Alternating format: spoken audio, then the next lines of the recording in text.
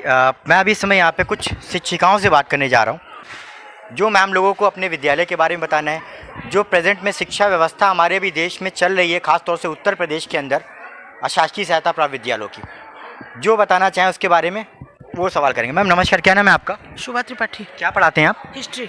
History. Ma'am कोई सवाल नहीं करेंगे, ऑनलाइन शिक्षा पे 2 शब्द बोल दीजिए। कैसा रहा आपके हिसाब से? क्या ऑनलाइन शिक्षा उतनी कारगर साबित हुई जितना हम लोग एक्सपेक्टेशन कर रहे थे? अच्छा, मेरी समझ से तो 70% कारगर नहीं रही। 70% कारगर नहीं रही। क्योंकि अधिकतर बच्चों के पास मोबाइल होता है, मोबाइल के बाद उनके पास कहीं वो मोबाइल पे नेटवर्क नहीं आ रहा है, कहीं लेक कर जा रहा है, कहीं कुछ हो रहा है, तो इसकी वजह से ऑनलाइन शिक्षा और बच्चों का आमने सामने की पढ़ाई में बहुत डिस्टर्ब आता है। आपके हिसाब से क्या संशोधन होने चाहिए ताकि ये परेशानी ना आए? अब इसके हिसाब से पहले तो प्रसारण समस्या जो जैसे बार बार होती है उसमें सुधार लाना चाहिए। प्रसारण समस्या से मतलब मेरा ये, जैसे क्लास ले रहे हैं, क्लास लेने के समय ही वो हैक कर गया, कुछ प्रॉब्लम आ गई, मोबाइल के संबंधी आ गई, तो इसके लिए कुछ और चीज़ें सोचनी चाहिए कि ये ना हो। ठीक है ma'am, thank you so much. Ma'am आप क्या बोलना चाहेंगे? मैं ये कहना चाहती हूँ कि मैं नीरजा सिंह यहाँ इंग्लिश के लेक्चरर हूँ। मुझे 20 साल हो रहे हैं यहाँ आए हुए। 20 साल हो गए आपको यहाँ पे? जी हाँ, और मैंने इतना बदलाव देखा है आने के बाद से कि पहले जो हालत थी, आप बिल्डिंग पे मत जाइए, बिल्डिंग भी पहले से बहुत सुधर गई है। मैं जो बताना चाह रही हूँ आपको, और हमारे प्रिंसिपल सर का जो डिवोशन है, शायद आप स्टूडेंट रह चुके हो, जानते हो कि वो जिस चीज़ पे लग जाते हैं तो फिर लग जाते हैं।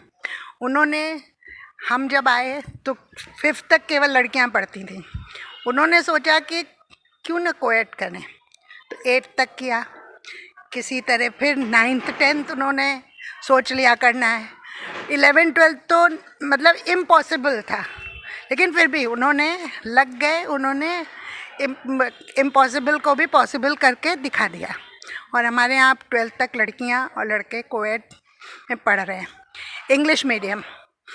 पिछले साल ही शायद सर ने ये सोचा और इस साल उसको ज़मीनी स्तर पे सामने ले आए।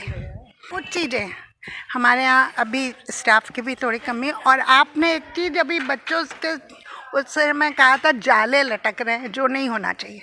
तो जब हमारे यहाँ क्लास 4 स्टाफ ही नहीं है तो कहाँ तक?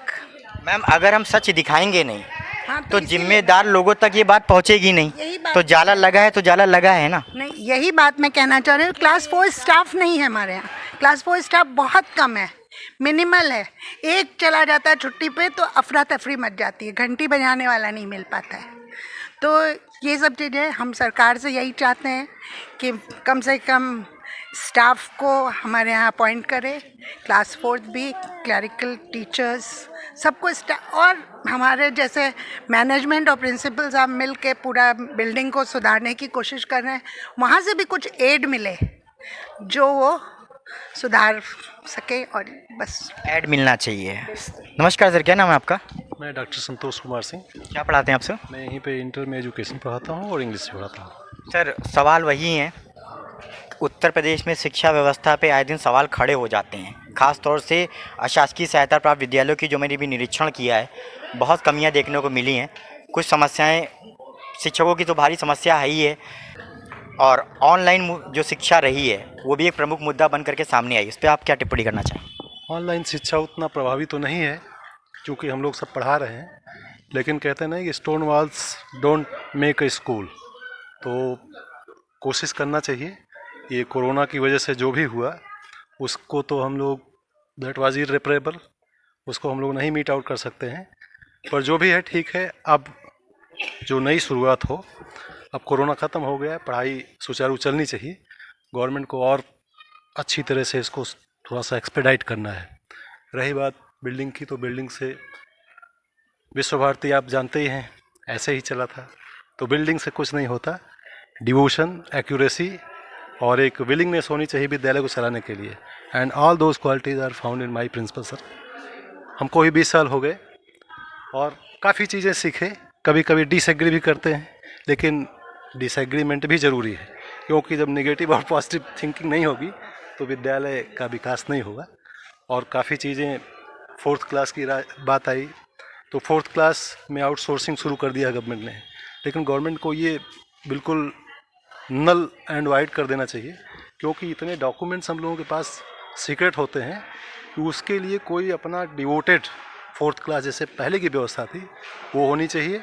और हमारे माइनॉरिटीज़ में, हम लोगों का चूँकि माइनॉरिटी कॉलेज है, तो इसमें टीचरों की संख्या अब घटती आ रही है और गवर्नमेंट को इसको तुरंत रिवोक करना चाहिए, अदरवाइज़ शिक्षा व्यवस्था जो है पैरालाइज हो जाएगी, तो कहीं कुछ होने वाला नहीं, क्योंकि शिक्षा बहुत बुनियादी ज़रूरत है।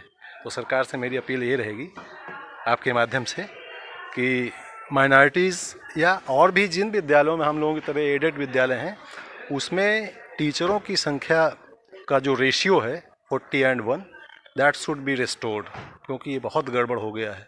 और योगी जी कहते हैं हमारे मुखिया हैं, लेकिन बहुत चीज़ें अभी बाकी हैं यहाँ होने के लिए।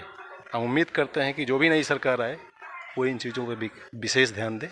और क्या कहना है, अब तो हो ही गया सब कुछ। धन्यवाद सर, आपने इतना समय दिया।